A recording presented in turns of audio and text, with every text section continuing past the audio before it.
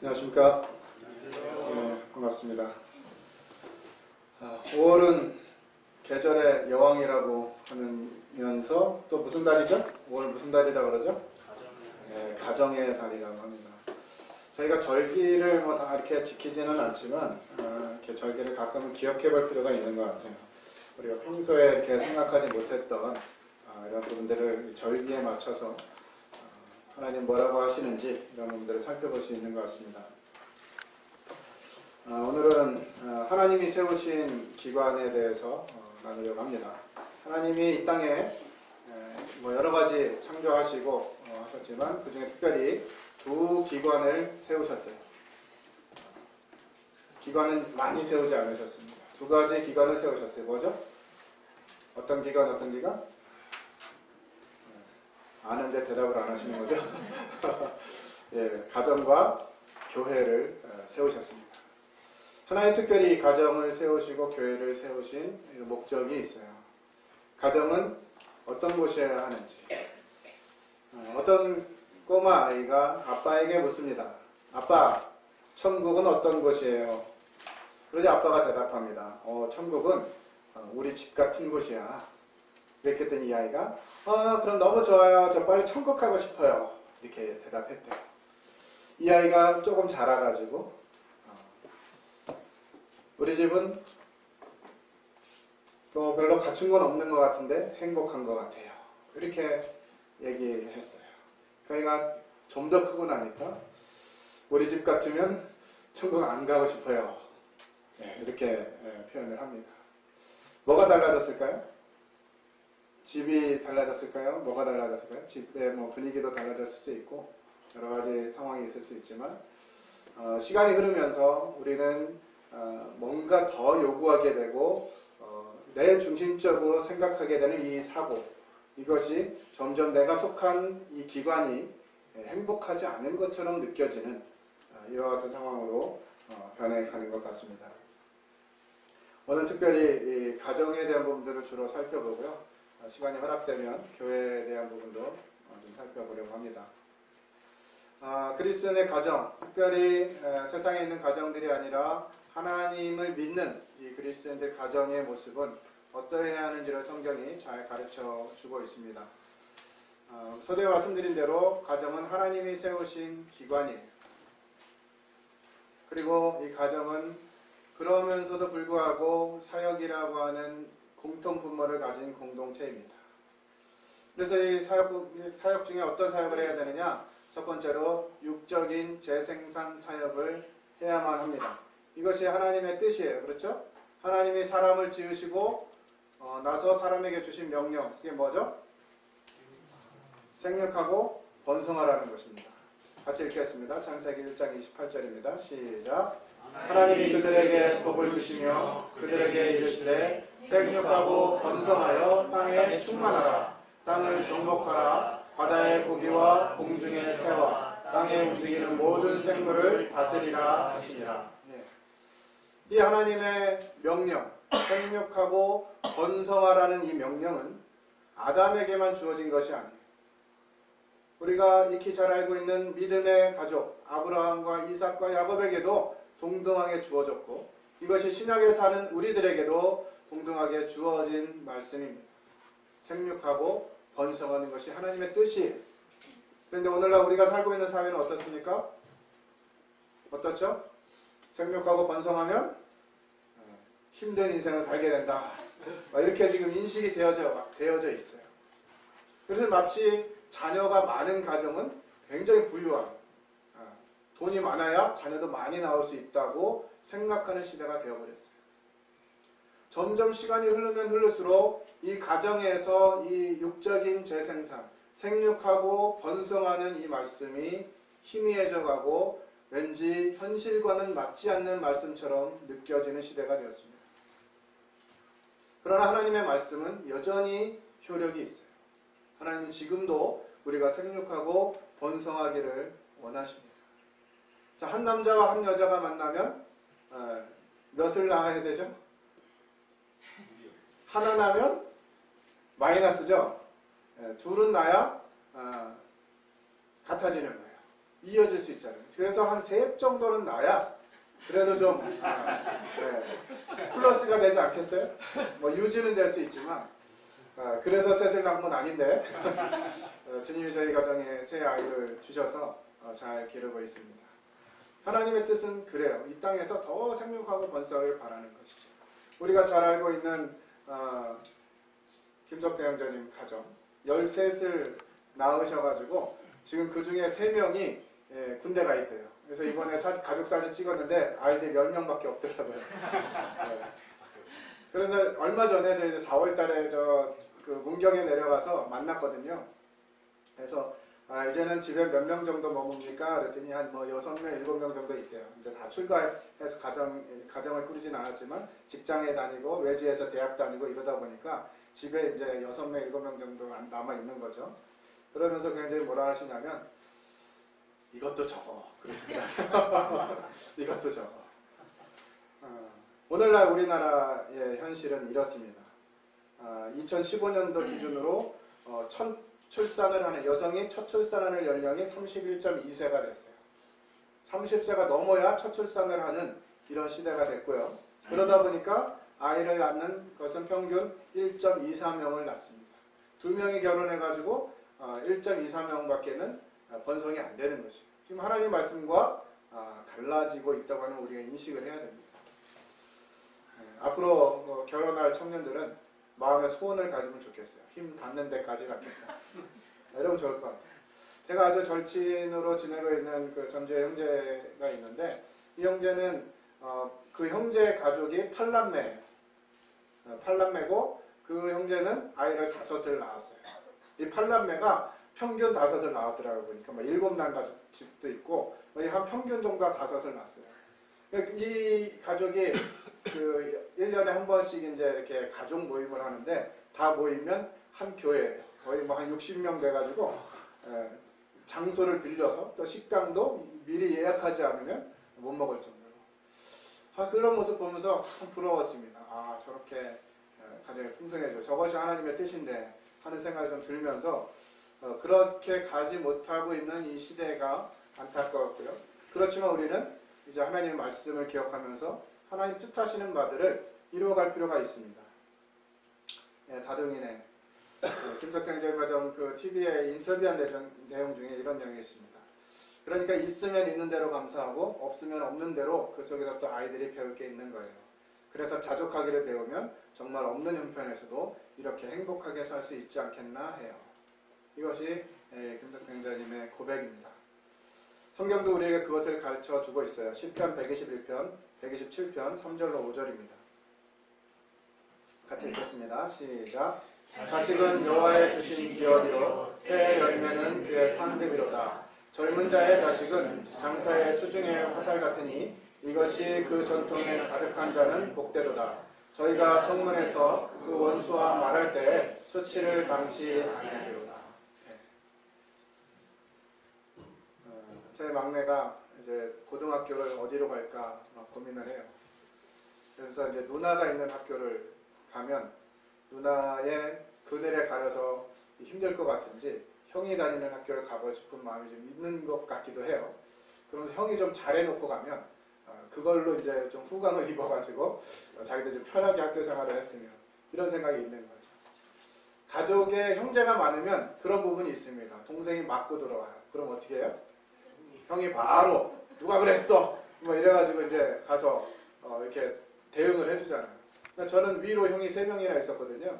그래서 동네에서 제가 어릴 적에도 뭐 외소했는데 제가 골목 대장이었어요. 뭐 형들 힘을 입어서 그런 건지 모르겠습니다만 하여튼 골목 대장이었어요. 그러니까 그런 것들이 있는 거예요. 이 말씀이 그것을 가르칩니다.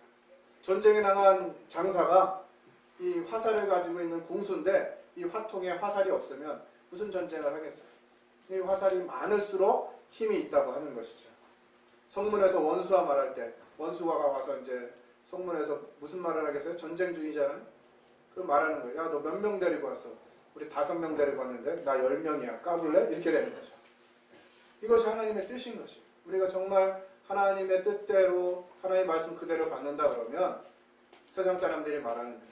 오늘날 젊은 사람들을 이렇게 인터뷰한 내용에 보면 미혼 청년들의 절반은 결혼하지 않겠다. 또 결혼하겠다고 하는 사람들 중에도 절반은 아이는 낳지 않겠다. 이런 추세를 보이고 있습니다. 참 안타까워요. 갈수록 이 아이들이 생산되어지지 않는, 하나님의 뜻과는 거꾸로 가는 이런 상황들을 보게 됩니다. 그러면 이 세상은 계속해서 하나님의 뜻이 펼쳐지지 못하도록 하는 그런 목표와 또 과정들을 이끌어가는 것 같아요. 모세가 태어났을 때도 남자아이를 죽이는 이와 같은 기록이 나옵니다.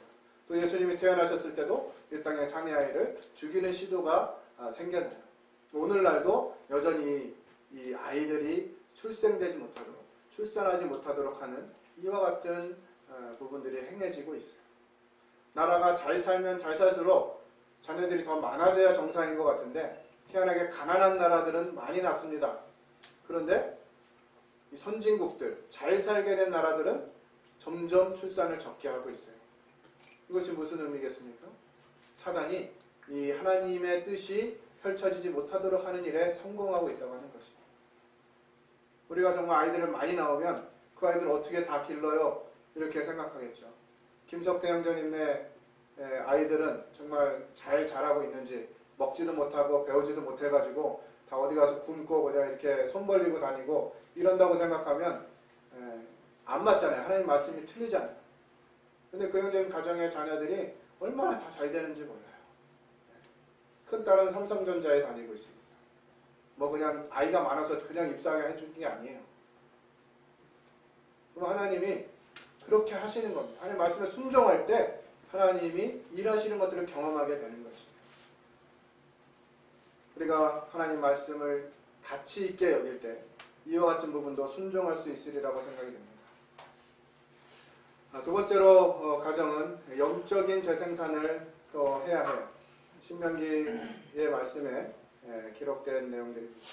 한번 살펴보겠습니다. 신명기 6장 4절로 9절 같이 읽겠습니다. 시작. 이스라엘아 들으라. 우리 하나님 여호와는 오직 하나인 여호와시니 너는 마음을 다하고 성품을 다하고 힘을 다하여 내 하나님 여호와를 사랑하라. 오늘날 내가 내게 명하는 이 말씀을 너는 마음에 새기고 내 자녀에게 부지런히 가르치며 집에 앉았을 때든지 길에 행할 때든지 누웠을 때든지 일어날 때든지 이 말씀을 강론할 것이며 너는 또 그것을 내 손목에 매어 기호를 삼으며 내 미간에 붙여 표를 삼고 또 내 집 문설주와 바깥문에 기록할지니라. 하나님을 사랑하라고 하는 명령을 주시면서 그 구체적인 실행사항으로 이것을 자녀들에게 하나님의 말씀을 가르치라고 명령하고 있습니다. 가르칠 때 적당히 기회되면 가르치는 것이 아니라 언제든지 집에 앉았을 때든지 길에 행할 때든지 누웠을 때든지 일어날 때든지 이 말씀을 강론하라고 가르쳐주고 있어요. 우린 자녀들에게 하나님의 말씀을 가르쳐야 합니다. 왜냐하면 믿음은 들음에서 나기 때문에 그래요. 오늘날 우리 자녀들이 자라나는 환경을 보면요, 하나님의 말씀을 듣는 것보다 세상의 교육을 받는 일에 더 열심히, 더 집중되어 있는 것들을 보게 됩니다. 제가 주일학교 교사들이나 이 교회 학교를 맡는 교사들을 만나면 늘 하는 얘기인데 일주일이 몇 시간입니까? 168시간이에요. 그 중에 우리 아이들이 성경에 대해서 배우는 시간은 얼마나 있습니까? 주일학교 1시간, 학생부 1시간, 그 정도밖에 없어요. 그런데 학교에서는 얼마나 많은 시간을 배웁니까? 고등학교만 가면 평균적으로 7교시잖아요. 하루에 7시간씩 50분씩 수업을 받습니다. 그거를 일주일에 5일이나 해요. 그것만 합니까? 학원도 다녀요. 학습지도 해요. 숙제도 해요. 그러니까 시간으로 따지면 이게 이미 진 경기예요. 가정에서 자녀들에게 하나님 말씀을 가르치지 않으면 아이들은 세상에 물들 수밖에 없습니다. 아이들이 세상에서 듣는 것이 그들의 믿음이 되는 것입니다. 요즘 자녀들 또 이미 이제 장성했기 때문에 그런 관심이 잘 없으실 것 같아요. 오늘날 이 아이들이 학교에서 배우는 교과서 내용을 보면 참 어이가 없습니다. 말도 안 되는 내용들이 교과서에서 가르쳐지고 있고 그것을 통해서 우리 아이들이 점점 하나님에 대한 신앙에서 멀어져 가는 것입니다. 우리 아이가 어릴 적에는 뭐 주일학교도 잘 다니고 하나님 말씀도 잘 배우고 했는데 크면서 왜 이렇게 달라졌는지 모르겠다 이렇게 얘기하시는 분들이 있어요. 나는 하느라고 했는데 뒷받침하느라고 했는데 이 자녀들이 커서 주님을 떠나게 되는 이런 장면들을 통해서 무엇이 잘못됐는지 잘 모르는 것입니다. 정말 중요한 것은 이 자녀들이 하나님의 말씀을 대하지 못하고 있다고 하는 것이죠. 우리 아이들이 학교에서 초중고 시절을 지내면서 배우는 학문, 이것은요 하나님이 없다는 것을 전제하에 진행되는 학문입니다. 그렇기 때문에 이 아이들이 이 학문에 집중되면 집중될수록 하나님이 없다고 생각되어지는 것입니다. 초등학교, 중학교, 고등학교를 정상적으로 이상 없이 졸업하고 나면 아, 내가 이제 하나님을 위해서 살아야 되겠구나 이렇게 마음먹게 되는 교육이 아니에요. 하나님은 없다. 이것을 확인하게 되는 교육입니다.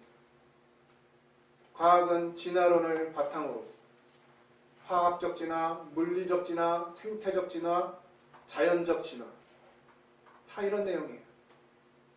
인문은 또 어떻습니까? 사람이 최고야 라고 하는 하나님께서 10계명을 주실 때 제1계명과 2계명을 통해서 나 외에 다른 신을 두지 말라 또 어떤 것이나 형상을 만들어서 그것에 절하지 말라 이것을 하나님 말씀하셨는데 오늘날 교육은 네가 최고야 라고 하는 것을 가르치는 교육이에요. 사람이 최고야. 네가 최고야. 그래서 우리가 대한민국의 50% 이상이 쓰고 있는 S텔레콤 거기에 이 텔레콤에 보면 전화하면은 같은 통신사끼리는 연결음 나오죠? 어떻게 나오죠? 띵띵 띠링띵 이렇게 나오잖아요. 기억나십니까? 여기에 가사가 붙어 있어요. 그죠? 지금은 우리가 음악으로만 듣지만 여기 가사가 붙어 있습니다. 뭐라고 붙어 있어요? 생각대로 T. 그러면서 선전도 그렇게 했죠? 생각대로 해. 그게 답이야. 성경은 육신의 생각은 사망이라고 가르쳐 주잖아요. 그런데 이 세상은 생각대로 해. 그게 답이야. 라고 가르칩니다. 우리가 어떤 것을 기준으로 자녀들을 가르쳐야 하는지 또 자녀들뿐만 아니라 손목에 메고 미간에 붙이고 문설주와 바깥문에 기록하라고 말씀하십니다. 이것은 무슨 의미예요? 다른 사람들로 하여금 내가 하나님의 말씀을 가진 사람이라고 하는 것들을 나타내라고 하는 것입니다. 미간이 어딥니까? 미간이 눈과 눈 사이죠. 여기다 말씀 딱 붙이면 그거 볼 수 있는 분 계세요? 거울에 비추면 거꾸로 보이잖아요. 누구 보라고 붙이라고 하시는 거겠어요? 다른 사람들 보라고 붙이는 것이에요. 예전에는 성도들 가정에 방문하면 막 이 하나님의 말씀이 안 붙어 있는 데가 없었어요. 뭐 어디 가든 붙어요. 뭐 거울에 붙어 있고 신발장에 붙어 있고 화장실에 붙어 있고 책상에 붙어 있고 다 붙어 있었는데 요즘 성도들 가정을 방문하면 거의 안 붙어 있어요. 깔끔하게 사셔서 그런 건지 모르겠지만 하나님의 말씀이 희미해져 가고 있는 이런 시대에 우리가 살고 있습니다. 그래서 하나님의 말씀에 순종해 가야 해요. 손목에 메어서 늘 기억하라. 우리 손목에는 요즘 뭐가 있죠? 스마트폰이 이걸 대신했어요. 대체했어요. 하나님의 말씀을 가까이 하기보다는 이 스마트폰 없이는 못 살아. 요즘 그런 시도 나왔더라고요. 여호와는 나의 목자시니 내게 부족함이 없으리로다 이렇게 해야 되는데 스마트폰은 나의 목자시니 내게 부족함이 없으리로다. 이거 하나만 있으면 그냥 아쉬울 게 없고 시간 가는 줄 모르고 이렇게 되는 거죠. 좀 안타깝습니다. 저도 거기에 물들어가는 것 같아요. 이제는 말씀을 봐도 핸드폰으로 봐야 되고 밴드도 확인해야 되고 요즘 밴드도 또 왜 이렇게 많은지 막 아침에 일어나 보면 밴드 새로운 소식 막 60개씩 와 있고 막 그래요. 그거 다 확인하려면 그것도 일이에요. 진짜 중요한 것만 보고 알림도 꺼놓고 이렇게 하게 되는데 그런 세상 가운데 우리가 살고 있습니다. 하나님 말씀이 우리 말씀 가운데 우리 생활 가운데 회복되는 그런 분들이 되어야 돼요. 자녀들에게 하나님 말씀을 가르치는 이유는 또 있습니다. 사사기 2장 10절로 15절에 있는 말씀인데요. 내용이 많아서 색칠한 부분들만 좀 보겠습니다. 이스라엘이 가나안 땅에 들어가서 이제 하나님이 이기신 전쟁을 하게 되고 하나님이 역사하시는 그런 모습을 보면서 이 가나안 땅에 정착하게 되고 12지파에게 땅을 분배하고 살아가게 됩니다. 그동안 이 광야에서 있었던 그리고 이 가나안 땅에 들어올 때 함께 하셨던 하나님을 경험한 세대들이 있는 동안에는 하나님을 섬겼어요. 그러나 그 후에 일어난 다른 세대는 여호와를 알지 못했다 이렇게 기록하고 있습니다. 이 다른 세대 이 말 표현 자체가 굉장히 중요해요. 다음 세대냐 다른 세대냐는 굉장히 중요합니다. 우리가 하나님의 말씀을 가지고 우리 자녀들, 청년들, 자라나는 세대, 다음 세대에게 물려줘야 되는데요. 이 일이 멈춰지면 다음 세대가 아니라 무슨 세대가 된다고요? 다른 세대가 된다는 거예요. 다른 세대의 특징은 뭡니까? 여호와를 알지 못하는 것이에요. 이 알지 못한다는 단어도 의미가 있습니다. 알지 않는 것과 알지 못하는 것은 다르죠? 어떻게 다릅니까? 알지 않는 것은 내가 선택해서 알지 않으려고 하는 거예요. 그런데 알지 못하는 것은 어떤 상황이에요? 가르쳐주지 않는 거예요. 이 세대가 그랬어요. 하나님이 어떤 분이신지 하나님이 우리와 어떻게 함께 하셨는지를 이 자녀 세대들에게 가르치지 않은 것이에요. 그랬을 때 그 자녀들이 어떻게 했습니까? 여호와를 버리고 다른 신, 곧 사방에 있는 백성의 신들을 쫓아 그들에게 절하여 여호와를 진노하시게 합니다.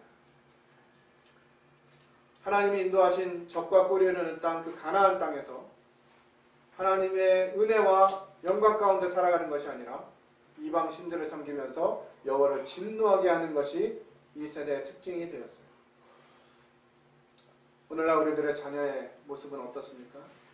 정말 하나님을 경외하고 하나님이 어떤 분이신지를 배워가고 있느냐는 것이죠. 오히려 그러지 아니하고 다른 신들을 섬김으로 인해서 여호와를 진노하게 하시지는 않는지 살펴보아야 할 것입니다. 이 진노하게 하고 하나님을 떠난 결과는 그들이 어디를 가든지 여호와의 손이 그들에게 재앙을 내리시네 괴로움이 심하였더라. 하나님을 떠난 이 결과, 정말 세상에 있는 신들을 섬기고 하나님 진노케 됨으로 인해서 어디를 가든지 하나님의 재앙을 만나고 그들의 삶이 괴롭다는 것입니다. 오늘날 우리 자녀들의 삶이 괴롭지 않은지, 정말 하나님이 없음으로 인해서 지금 아이들의 공부와의 수준과 이 지금 경쟁과 이런 환경이 문제가 아니라 우리 자녀들의 마음 가운데서 하나님이 빠짐으로 인해서 괴로워지는 것입니다. 우리 이 말씀을 두려움으로 대해야 될 줄로 믿습니다. 세 번째는 서로 사랑하는 사역입니다. 에베소서 5장부터 6장까지 걸쳐져 있는데요. 이 부분은 잠시 후에 다시 자세히 살펴보겠습니다. 또 가정은 영적 싸움터예요. 가정에서도 싸움이 있습니다. 전쟁이 일어나고 있어요. 어떤 전쟁이 있어요?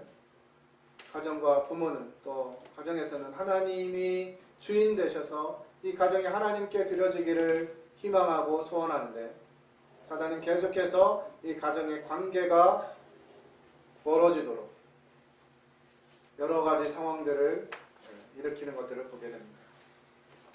정말 천국을 경험해야 될 이 가정이 천국을 경험하는 장소가 아니라 전쟁터가 되어버린, 부부 간의 전쟁, 또 부모와 자녀 간의 전쟁, 또 자녀들 간의 전쟁, 이런 전쟁터가 되어버린 것입니다. 전쟁터에서는 그 특징이 피를 보게 됩니다. 정말 부부 간에 서로 상처 주는 말, 서로 비난하는 말, 서로 깎아내리는 말, 이런 것들을 통해서 상처를 주고 그것이 가정을 더 어렵게 만들어 갑니다. 부모는 자녀에게, 자녀는 부모에게, 또 자녀들 간에도 이와 같은 상처를 피차간에 주면서 이 가정이 무너지게 되는 것이죠. 이 가정이 무너지면 교회는 말할 것도 없습니다. 제가 자랄 때는 그런 얘기가 있었어요. 학교에서 사고치는 아이들은 두 부류예요. 목사 아들이거나 형사 아들이거나. 그런 말이 있었어요. 왜요? 교회 와서는 이제 목사님이기 때문에 가운 입고 거룩하게 사는데 집에 가면 영 다른 삶을 사니까 이 자녀들이 벌써 질려버리는 거지. 그리고 반항하기 시작합니다. 그래서 사고치는 아이들은 목사아들 아니면 형사 아이들이란 말이 있었어요. 가정에서 부모들이 하는 역할, 또 자녀들이 해야 될 역할, 남편으로서 아내로서 해야 될 역할을 성경에서 가르쳐주고 있는데 이와 같은 부분들이 깨어지면 이 가정은 전쟁터가 되는 것입니다.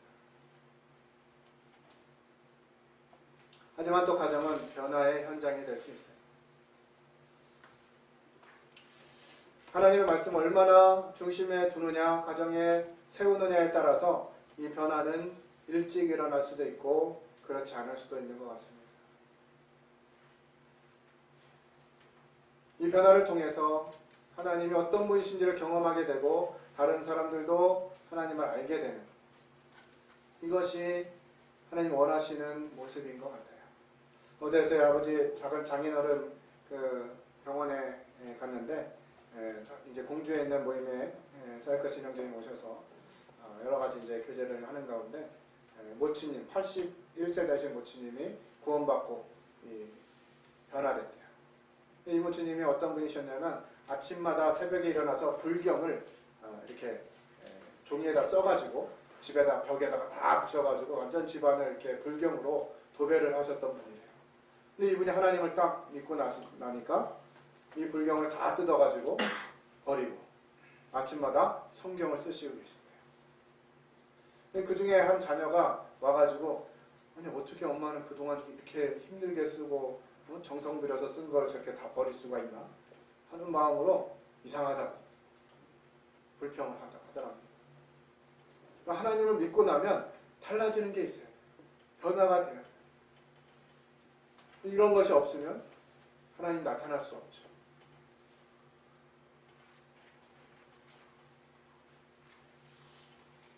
하나님께서 우리에게 주신 명령 가운데 특별히 세 번째 사랑하는 관계에 대한 부분들을 살펴보기를 원합니다. 에베소서 5장 22절로 6장 4절에는 가족들이 서로 사랑하는 구체적인 방법이 담겨 있습니다. 우리는 김건생의 말씀을 통해서 생명나무에 별명이 있다. 뭐였죠? 사랑나무. 선악을 알게 하는 나무의 중심은 누구예요? 내가 중심이고 나 기준이고 이것이 선악과라는 것을 저희들이 배웠습니다. 반대로 하나님 원하시는 것은 이 선악을 알게 하는 나무를 먹는 것이 아니라 생명나무를 선택하는 것이었습니다. 이 생명나무는 사랑입니다.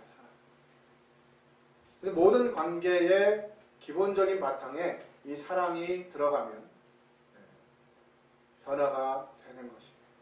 놀랍게 달라지는 것입니다. 처음으로 에베소 5장 20절에는 아내가 남편을 사랑하는 방법에 대해서 기록하고 있는데 그것이 뭐냐면 아내의 머리인 남편에게 순종하는 것이라고 기록하고 있습니다. 오늘날 이런 말하면 무슨 조선시대 얘기를 하는 거 아니냐 이렇게 또 생각되어지는 부분들이 있는 것 같아요. 이것은 우리나라에 이 성경이 들어오고 기독교가 전파되어지면서 정말 성경이 추구하는 가치관이 함께 들어왔어야 되는데 그렇게 하지 못하고 그냥 성경 말씀은 성경 말씀대로 받고 우리나라가 살아가는 이 가치관은 그대로 가져가면서 유교라고 하는 바탕 아래 이 성경에 있는 말씀을 접목한 것 같아요. 그런 이 유교의 바탕이 있다 보니까 아내들아 남편들에게 순종해라 하는 말씀이 너무도 자연스럽게 받아지고요.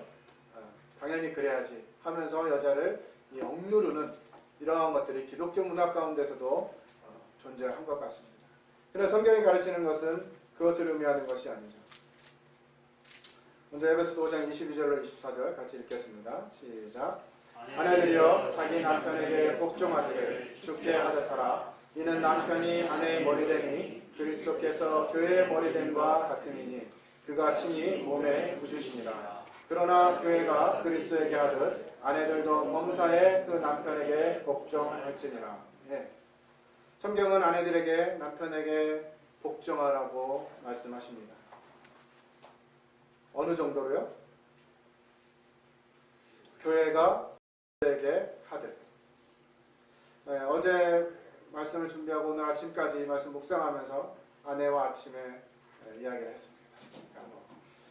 아내들에게 요구되는 것은 복종이야. 이게 얘기했더니 벌써 이게 감정이 쑥 올라오는지 죄인인데 어떻게 그들 말씀대로 순종할 수가 있어요. 이게 얘기하더라고요. 이것이 우리들 마음 가운데 그냥 이렇게 자리를 잡게 되는 것 같아요. 우린 연약하니까, 우린 죄인이니까 하나님 말씀을 다 순종할 수 없어. 뭐 이런 마음이 우리들의 마음 가운데 내재되어 있는 것이죠. 어떤 분은 또 이렇게 얘기합니다. 이 말씀의 순서가 이제 다음 남편들에게 대한 내용 살펴보겠습니다만 아내들에게가 먼저 나와 있고 남편들에게가 다음에 나와 있기 때문에 아내들이 먼저 순종해야 된다. 순종해봐라. 남편들이 사랑하지 않겠냐? 뭐 이렇게 사용하죠.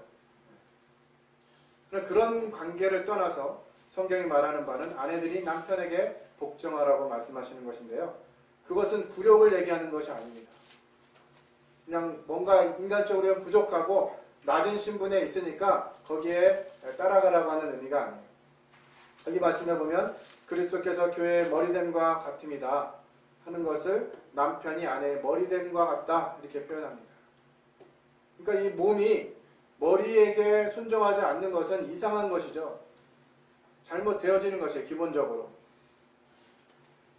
그것을 표현하시면서 뭐라고 하시냐면 그가 친히 몸의 구주시니라 이렇게 하는 것이죠. 머리가 제대로 세워져야 이 몸이 구원받게 되는 것이에요. 이 어제 제 장인어른께서 지금 뇌경색으로 뭐 피가 이게 혈관이 터진 것도 아닌데 우측이 좌측이 지금 마비가 돼가지고 지금 움직이지 못하세요. 이게 뭐냐면 머리에 있는 혈관 중에 하나 건드린 거거든요. 머리에 있는 모든 혈관이 문제가 생긴 게 아니라 머리에 있는 혈관 중에 하나가 막히니까 이런 증상이 오는 것이에요. 그러니까 머리가 머리 되지 못하면 몸은 불편할 수밖에 없어요. 그래서 우리가 말하잖아요. 무식하면 뭐가 고생이라고요? 손발이 고생이라고. 머리가 제대로 기능을 하지 못하면 몸이 아플 수밖에 없는 것이에요. 그래서 이러한 원리들을 생각하면서 우리 자매님들께서 이 말씀을 받으실 때 하나님의 말씀으로 받으셔야 돼요. 하나님이 할 수도 없는, 지킬 수도 없는 말씀을 하라고 하셨겠습니까? 근데 우리가 왠지 이거는 나와 상관없는 말씀이야 라고 하는 그런 느낌이 있는 거예요. 그러면서 화살을 누구에게 돌립니까? 남편에게 돌리게 됩니다. 남편이 사랑해주면 내가 순종 안 하겠어? 이렇게. 우리는 하나님의 말씀을 자꾸 거꾸로 적용하려고 해요. 이 말씀은 아내들에게 주신 말씀입니다. 남편들에게 주신 말씀이 아니에요. 가정에서 뭔가 이렇게 문제가 생길 때 형제님들이 이 말씀을 사용하시면 안 돼요. 그리고 자매님들은 두 번째 말씀을 문제가 생길 때 사용하면 안 된다고요. 하나님의 말씀을 그대로 받아들일 필요가 있습니다. 아내가 남편에게 복종해야 한다. 이 말은 현대 시대를 살고 있는 이 시대에 굉장히 맞지 않는 표현인 것 같아요. 왜요? 이 말은 왠지 여자를 무의미하고 무가치한 존재로 여기는 말씀이라고 여겨지는 것이에요. 그래서 번지라고 하는 사람이 이렇게 얘기했습니다. 세상의 남편들이여 이제 그 싸움을 그만 끝내세요. 더 이상 쓸데없이 소리 지르지도 마세요. 비록 당신에게 시집온 몸이지만 이 몸은 당신의 노예가 아니랍니다. 이 문구를 보시면서 자매님들이 그래 하고 막 동감이 되면 다시 생각해 봐야 돼요. 주님 앞에서. 우리 가정의 모습은 어떤가? 내 마음은 어떤가? 복종한다는 것은요. 뭔가 무의미하고 더 낮은 존재라는 개념이 아니라 하나님이 정해주신 권위에 대해서 겸허하고 슬기롭게 순종한다라고 하는 의미입니다. 교회가 그리스도의 통치에 복종하는 것이에요. 이 교회가 그리스도의 통치, 머리 대신 그리스도를 생각하면서 복종하게 될 때 그 영광은 누구에게 돌아옵니까? 다시 그 교회에게 돌아오는 것이에요. 이것이 하나님의 섭리입니다.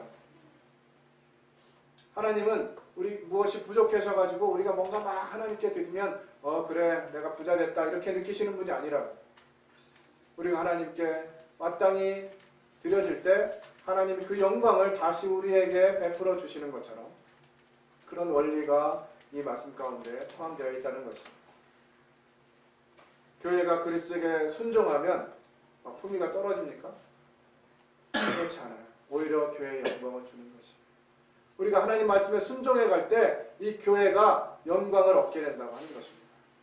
마찬가지로 우리 자매님들이 이 말씀에 순종할 때 이것은 남편을 높이고 남편이 잘 되라고 하는 것이 아니라 나에게 영광을 주시는 이 하나님의 말씀이라고 하는 것들을 이해해야 됩니다.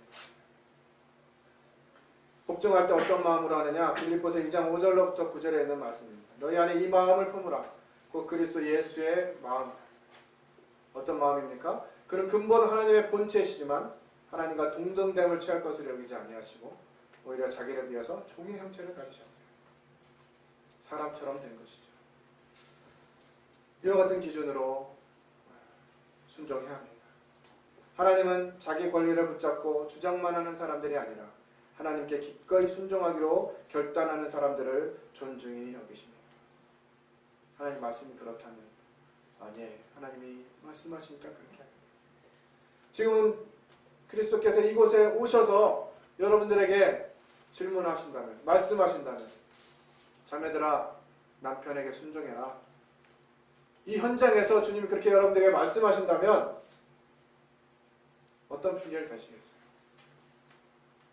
그건 뭐 하긴 해야 되겠지만 이런 얘기 하실 거예요? 그런데 우리는 말씀을 그렇게 받고 있다고 하는 것이죠. 여러 가지 핑계를 대면서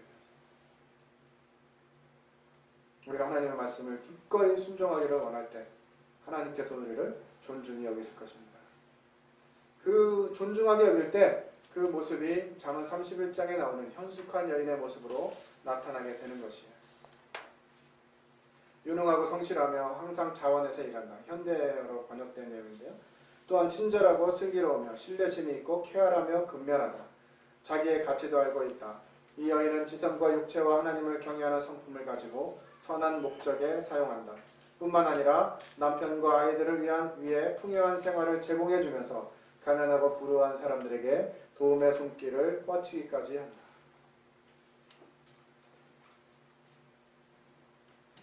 이것이 현숙한 여인의 모습입니다. 하나님의 말씀을 그대로 받아들이고 그 말씀에 순종하게 되면 이와 같은 여인이 될 수 있어요. 제가 구원받고 이제 결혼할 시기에 오면서 아내를 구하면서 주님 저는 현숙한 아내를 만났으면 좋겠어요. 이렇게 기도했어요. 그랬더니 주님 뭐라고 하시냐면 그런 현숙한 아내를 맞이할 수 있는 준비를 해라 그러시더라고요.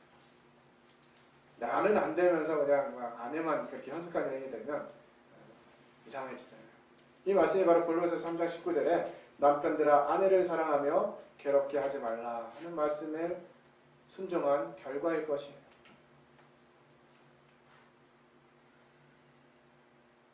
이 말씀에 한 가지 주의할 단어가 나오는데요. 사랑하는 것은 좋은데 괴롭게 하지 말라는 말씀도 있습니다. 왜 괴롭게 하지 말라고 할까요? 형제님들은 아내를 괴롭히시고 계신가요? 괴롭힌다는 개념은 뭐죠? 장난이야. 난 장난으로 그런 거야. 장난으로 하는데 받는 사람은 어때요? 장난이 아니죠? 그럼 괴롭히는 거지. 내가 기준이 아니라 받는 사람의 감정과 받는 사람의 마음입니다. 제가 이 말씀을 깨닫고 나서 깜짝 놀랐어요. 저는 아내를 굉장히 사랑하는 사람으로 알고 있었거든요. 근데 아내는 늘 괴로워요.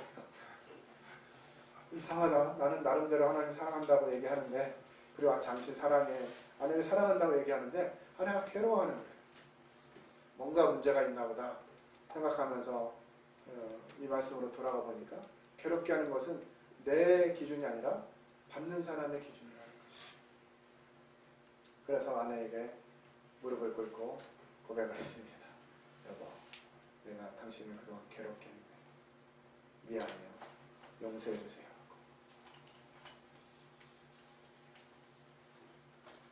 아내를 사랑하고 괴롭게 하지 않게 되니까 아내가 현숙한 여인이 되는 것 같아요. 오늘 요즘 너무 현숙한 여인이 돼가지고 좀 힘들긴 합니다. 집에 뭘 두질 않아요. 자꾸 그냥 어디 갖다 주기만 하고. 뭐 맛있는 것도 먹고 싶고 좋은 것도 갖고 싶고 한데 뭐가 생기면 자꾸 교회로 가져와가지고.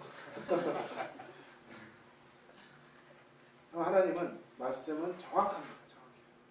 우리가 그 말씀에 따라가게 될 때 하나님 말씀대로 되어지는 것들을 경험하는 것입니다. 복종은요, 굴욕하는, 힘들게 하는 것이 아니라 우리 아내들을, 자매들을 보호하는 수단입니다. 첫 번째로 성경은 아내가 연약한 그리스라고 말씀하시면서 남편들에게 아내를 잘 대해줄 것을 가르치잖아요. 여러분들이, 자매들이 이 말씀에 순종하게 될 때 보호받게 되는 것이에요. 또 정서적으로도 보호받는 것입니다.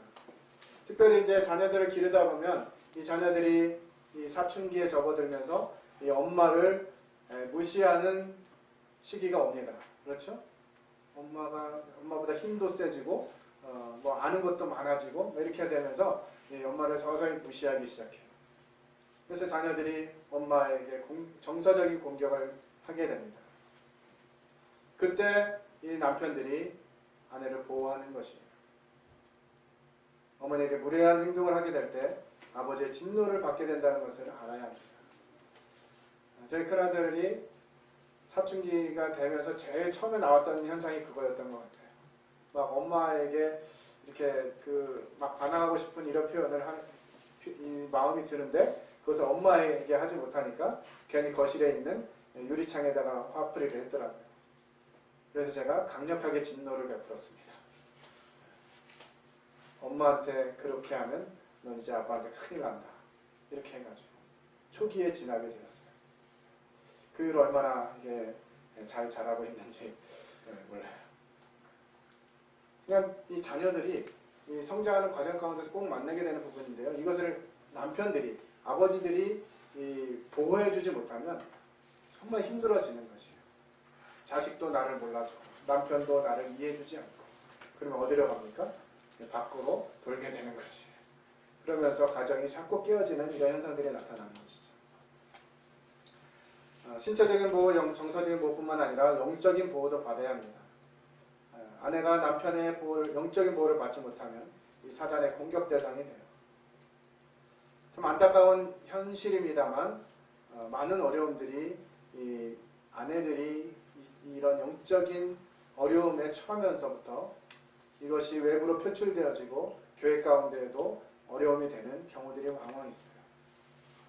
그래서 남편들이 가정에서 또 함께 생활하면서 아내들을 영적으로 보여줄 필요가 있습니다. 말씀이 무엇을 가르치는지 정확하게 설명해주고 또 아내가 그것을 하나님의 말씀으로 받아들일 수 있도록 교제해주고 성경도 무엇인가 물을 것이 있으면 가서 남편에게 물어보라고 그러잖아요. 그러고 계신가요? 남편들에게 하나님의 말씀에 대해서 묻고 계세요?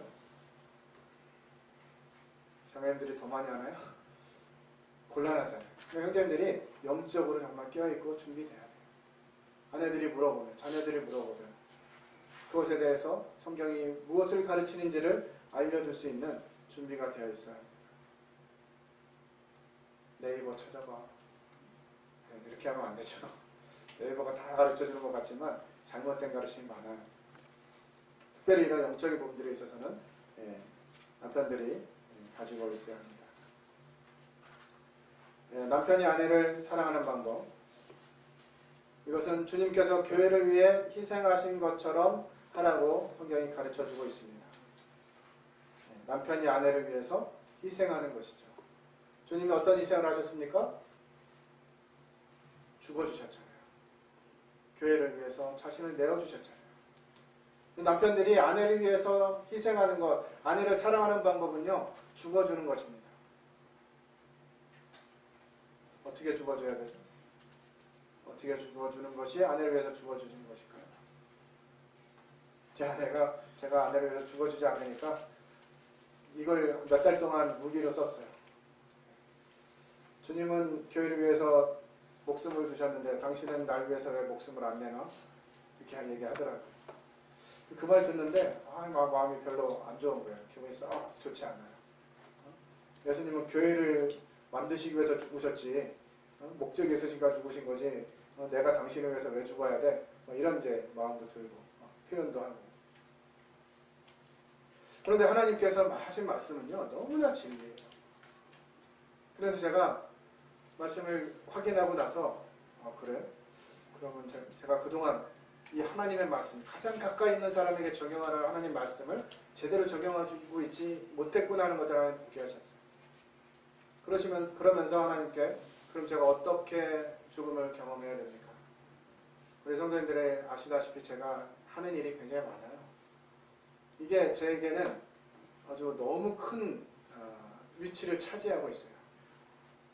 그래서 제 안에는 항상 이 사역보다는 항상 후순위에 있었어요. 하나님 영순위, 사역이 2순위, 사역이 1순위, 아내는 2순위 정도 되는 거죠. 가끔은 아이들이 2순위 됐다가 아내는 3순위 되고. 이렇게 하니까 아내가 마음의 안정이 없는 것이죠. 평안이 없는 것이죠. 그래서 아내에게 그때 무릎 꿇고 고백하면서 같이 고백했습니다. 여보, 내가 당신을 위해서 죽어줄 수 있겠어요. 하나님 말씀하셨는데 당신을 위해서 죽으라고 하시네요. 당신이 힘들면 내 사역을 내려놓겠다. 이 사역 너무 귀중해요. 저는 진짜 이 사역을 하지 않으면 죽을 것 같았거든요. 그것이 제게 주신 하나님의 사명이고 하나님을 위해서 사랑하는, 하나님을 사랑하는 그 증거라고 생각했어요. 근데 하나님 이걸 포기하라고 하시는 거죠. 우선순위가 잘못되어 있다고 하는 것이죠. 그래서 아내에게 그와 같은 고백을 하면서 제가 죽음을 경험했습니다. 그런데 놀라운 것은요, 이 죽음을 내어주니까 우리가 주님을 알게 되고 주님의 희생과 사랑을 경험하니까 어떻게 해요? 나는 그런 사랑 받을 만하지, 나 좀 더 되니까 그렇지, 이렇게 생각하잖아요. 그런데 그것이 아니라 정말 하나님의 사랑을 경험한 사람입니다. 하나님의 은혜를 입었다면 우리 그런 태도가 나올 수 없잖아요. 오히려 정말 하나님 왜 저 같은 자를 그렇게 사랑하시는지, 왜 저에게 그 놀라운 사랑을 베풀어 주셨는지를 기억하면서 그 사랑에 보답하고 싶어지잖아요. 제가 아내에게 그와 같은 표현을 하고 사랑을 하기 시작하니까 아내가 달라지기 시작했어요. 십수년간 저를 위해서 투자를 거의 잘 안 했는데 제가 죽기로 결정하고 아내를 위해서 이 길을 선택했을 때 아내가 저에 대해서 투자하기 시작하더라고요. 옷도 사주고 맛있는 것도 사주고 뭔가 이렇게 있으면 아빠 먼저 생각하고. 참 그걸 보면서 하나님의 말씀은 질서를 회복하게 한다는 것을 경험했어요. 제가 아내와 이런 갈등 때문에 계속 힘들어하고 어려워할 때는 아이들이 부모의 눈치를 보더라고요. 어떻게 해야 되나? 나가야 되나? 들어가야 되나? 자는 척 해야 되나? 이런 눈치를 봤었는데 제가 아내와 이 사랑의 관계를 회복하고 나니까 아이들도 마음이 편해지고 자기들의 표현들을 하고 이렇게 하는 것들을 경험하게 됐어요.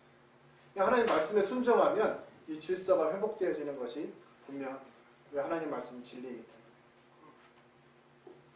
성경이 남편이 아내를 사랑하는 부분에 대해서 구체적으로 많이 기록하지 않았어요.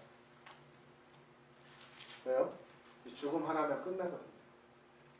목숨 내어주면 끝나요. 이것을 성경이 가르쳐주고 있습니다. 세 번째로 자녀는 주 안에서 부모에게 순종하라고 말씀하고 있고요. 부모는 자녀를 노엽게 하지 말고 교양과 훈계로 양육하라고 말씀하고 있습니다. 기회를 주시면 이 부분에 대해서 좀 더 살펴보고 싶은데요. 이런 모든 관계들이 사랑의 관계라고 하는 거죠. 사랑한다면 상대방이 기준이 되는 것처럼 남편이 아내를 사랑할 때 아내가 원하는 것을 들어주게 되어 있고요. 아내가 남편을 존경할 때 남편이 아내의 모습을 생각할 수 있게 되는 것입니다. 자녀들이 부모에게 순종할 때 부모가 자녀들을 위해서 희생할 수 있게 되는 것이고, 부모가 자녀를 주의 교훈과 훈계로 양육할 때 자녀들은 기쁨으로 부모에게 순종할 수 있게 되는 것입니다. 이 부분에 대해서는 나중에 기회가 되면 다시 한번 살펴보겠습니다. 이것과 관련돼서 이 가정이 그렇다면 이제 이 가정의 확장된 형태, 교회도 어때야 하는가? 이것이 교회로 발전되어져서 교회에 반영되어야 되는데요. 교회는 세 가지 부분의 은사를 이야기하고 있습니다. 그것이 첫 번째가 사랑 공동체, 두 번째가 말씀 공동체이고요. 세 번째가 사명 공동체입니다. 성경이 가르치는 은사죠. 기본적인 은사, 사도와 선지자의 은사는 지금 발휘되지 않는 은사고요. 복음 전하는 자와 교사와 목자의 이런 은사를 하나님 교회에 주셨습니다. 첫 번째로 사랑 공동체인데요. 만약에 이 사랑이 없어지면 교회는 성도들과 영혼들이 떠나게 됩니다. 이 교회 가운데 사랑이 없으면 사람들은 떠날 수밖에 없어요. 그래서 이 교회는 이 사랑이 기준이 돼야 돼요. 사랑을 가지고 있어야 돼요. 사랑은 아무리 강조한다 할지라도 부족하지 않는 것입니다. 우리 가정에서 진행되어지는 모든 것이 사랑의 관계인 것처럼 우리 교회 가운데서도 이것이 확장되어져서 거기서 경험되어져서 이 교회 가운데서 또 발휘되는 이런 과정들이 필요한 거죠. 사실 부부간의 이 연합이 되고 사랑의 관계가 되면요, 교회 안에서의 사랑의 관계는 어렵지 않더라고요. 그렇지 않겠습니까? 아내는요, 내 모든 것을 알고 있어요. 아주 안 좋은 성향서부터 이 안 좋은 이 습관이나 이런 부분들, 부족한 부분들을 완전히 알고 있어요. 그래서 가끔은 그걸 공격도 합니다. 어릴 때 어떻게 자랐길래 그래? 이런 면도 해요. 이런 것들이 사랑하면 받아줘요. 그리고 그것이 정말 나를 위해서 해주는 말이구나 하는 것들이 이해가 되기 시작합니다. 그러니까 받아주는 거예요. 그것이 상처가 되지 않고 내가 어떻게 해줘야 아내가 기뻐할 것인가를 생각하게 되는 것이죠. 그런데 교회는 어떻습니까? 성도들과의 관계는 아내와 남편과 아내처럼 막 이렇게 긴밀하진 않잖아요. 너무 막 속에 있는 것까지 보이지 않잖아요. 그래서 받는 것이 어렵지 않은 것입니다. 이 교회 가운데 사랑이 없으면 성도들과 영혼들이 떠나게 되고요. 두 번째로 정말 하나님의 말씀이 제대로 가르쳐지지 않으면 곤란해집니다. 교회는 진리의 기둥과 터라고 성경이 가르쳐주고 있는데 기둥과 터가 없으면 어떻게 되죠? 이 건물이 기둥이 싹 빠져버리면 어떻게 됩니까? 폭삭 무너지는 거예요. 우리 교회 가운데 이 하나님의 말씀이 제대로 전달되어지지 않으면 어느 순간 그냥 한꺼번에 무너지게 되는 것이에요. 신천지라든지 이런 사람들이 처음에 이런 연약한 교회들, 성도들이 많지 않은 교회들에 와서요, 열심을 냅니다. 그래가지고 이 교회 이제 열심히 일할 수 있는 사람이 된 다음에 이제 나머지 성도들 한꺼번에 그냥 싹 포섭을 해가지고 교회를 통째로 삼키는 이런 일들이 현재 일어나고 있어요. 그러니까 하나님의 말씀이 제대로 증거되지 않으면 교회에 이런 일들이 일어나게 된다고 하는 것입니다. 그래서 사랑이 없어도 사람들이 떠나게 되고요. 하나님의 말씀이 없으면 이 교회는 한 번에 무너지게 되는 것이죠. 세 번째로 이 전도를 하지 않으면 교회는 어떻게 됩니까? 지금 우리는 이 상황으로 유지할 수 있지만 시간이 지나면 자연적으로 없어지게 되어 있어요. 전도하지 않으면 끝나게 됩니다. 재생산이 일어나지 않으면 채워지지 않는 것입니다. 그래서 교회 가운데 이 사랑과 말씀과 이 전도가 유기적으로 진행되어지고 이것들이 균형 있게 진행되어져야 돼요. 그런데 이것의 기초가 어디에 있냐면 가정에 있다고 하는 것입니다. 하나님 말씀대로 이 가정이 회복되어지지 않으면 이 교회가 온전하게 기능을 할 수가 없게 되는 것이에요. 가정에서 사랑을 공급받고 나누지 못하면 교회에서 어떻게 그런 일을 경험할 수 있겠어요? 우리 가정에서 그와 같은 일들이 일어나야 됩니다.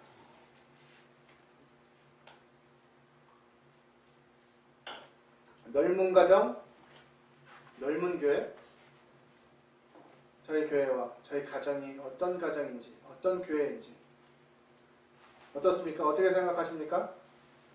우리 가정은 넓은 가정입니까? 명문 가정입니다. 우리 교회는 멸문 교회입니까? 명문 교회입니까? 이것을 확인할 수 있는 단적인 예가 있습니다. 이 부모와 이 선배 세대의 믿음이 자녀 세대의 믿음보다 커. 자, 이런 가정, 이런 교회는 명문입니까? 멸문입니까? 어떻게 될까요? 예? 어떻게 되겠어요? 네. 부모 세대의 믿음이 자녀 세대보다 더 크면, 그러니까 자녀 세대가 부모의 믿음보다 적게 되면 멸문 가정, 멸문 교회가 된다고 하는 것이에요. 우리 자녀들이, 우리의 다음 세대들이 이 더 큰 믿음을 가질 수 있도록 우리가 배려하고 관심을 가져야 되는 필요가 있는 것입니다. 그렇게 해야 멸문 가정, 멸문 교회가 되지 않는 것이죠. 예. 부모 선배 세대 믿음이 자녀 세대 믿음과 동일해. 그러면 어떤 가정, 어떤 교회입니까? 그저 그냥 유지되는 가정, 교회가 될 것입니다. 세 번째로 부모와 선배 세대의 믿음보다 이 자녀 세대의 믿음, 다음 세대의 믿음이 더 크다면 비로소 명문 가정, 명문 교회가 되는 것입니다. 우리 교회가, 우리 가정이 명문이 될지 멸문이 될지 받침 하나 차이인데 되게 다르네요. 명문이 될지 멸문이 될지 이것이 우리 다음 세대에 있다고 하는 것이에요. 그래서 우리가 이런 마음으로 바라봐야 합니다. 가정에서도 교회에서도 삼손의 아버지 마노아가 이렇게 물었던 것처럼 이 아이를 어떻게 기르며 우리가 그에게 어떻게 행하리까? 우리 다음 세대, 우리 아이들에게 어떻게 행하고 무엇을 가르쳐야 될지 이것을 하나님께 물을 필요가 있습니다. 예수님 시대의 사람들이 예수께서 만져주심을 바라고 어린아이들을 데리고 왔어요. 우리도 동일하게 우리 자녀들을 예수님께서 만져주시도록 하나님의 말씀 앞에 세우는 이와 같은 역할이 필요할 것입니다. 교회에서도 마찬가지죠. 이 다음 세대가 하나님의 말씀을 제대로 공급받지 못하면, 예수님의 만져주심을 받지 못하면 제대로 성장할 수 없을 것입니다. 주님은 어땠습니까? 이 아이가 장차 어찌 될까 하니 이는 주의 손이 그와 함께 하심이라. 예수님께서도 어린 시절을 지날 때 사람들이 이 아이가 장차 어찌 될까 이렇게 생각했는데 주의 손이, 하나님의 손이 그와 함께 했어요. 그럴 때 사람들이 주목하게 되는 것입니다.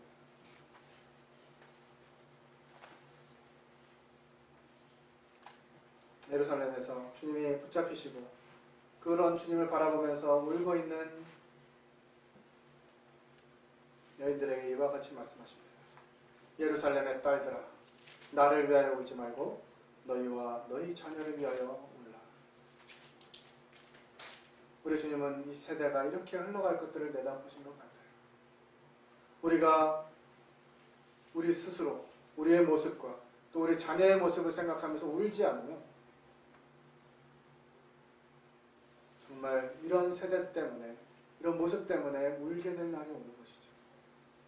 우리가 자녀들을 위해서 울지 않으면 자녀들 때문에 울게 됩니다. 우리가 다음 세대를 위해서 눈물을 흘리지 않으면 우리가 다음 세대 때문에 눈물을 흘리게 될 것이에요. 많은 젊은이들이, 많은 자녀들과 청년들이 교회를 떠나가고 있고 젊은 사람이 교회 가운데 없어서 고민하고 힘들어하는 시대가 이 시대입니다.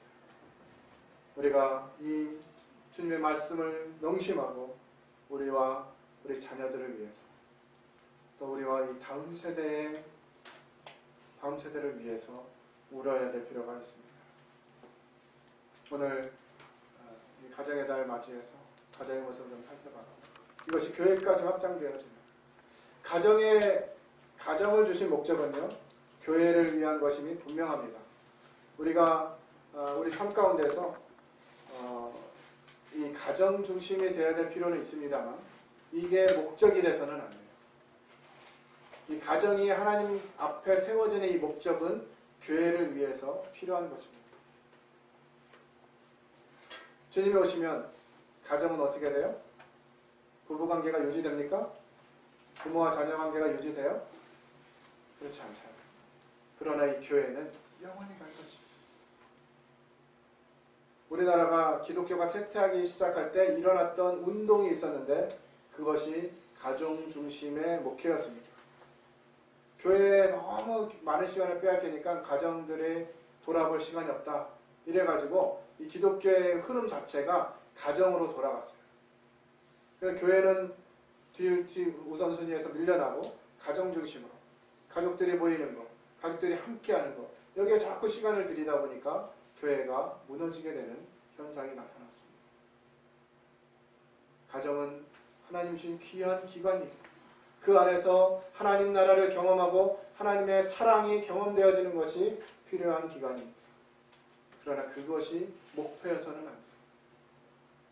하나님께서 피로 주고 사시기 위해서 이 가정이 기쁘게 드려지고 힘있게 드려지기 위해서 가정에서 하나님의 말씀이 회복되어지고 하나님의 사랑이 가정 가운데 가득 차는 이와 같은 관계가 되어져야 합니다. 때로는 참 안타까움도 있어요. 그죠? 현재 우리 가정에서 일어나고 있는 우리 교회 가운데서 일어나고 있는 가끔은 어렵고 힘든 일들이 있습니다. 어떻게 하면 이 문제들이 해결될 것인가 늘 고민하지만 해답은 결국은 하나님의 사랑의 말씀 가운데 있는 것들을 봅니다. 그것이 회복되어지면 가정도 교회도 회복되어지고 하나님 기뻐하시는 그와 같은 공간이 그런 기관이 될 수 있으리라고 생각해요. 기도하고 마치겠습니다.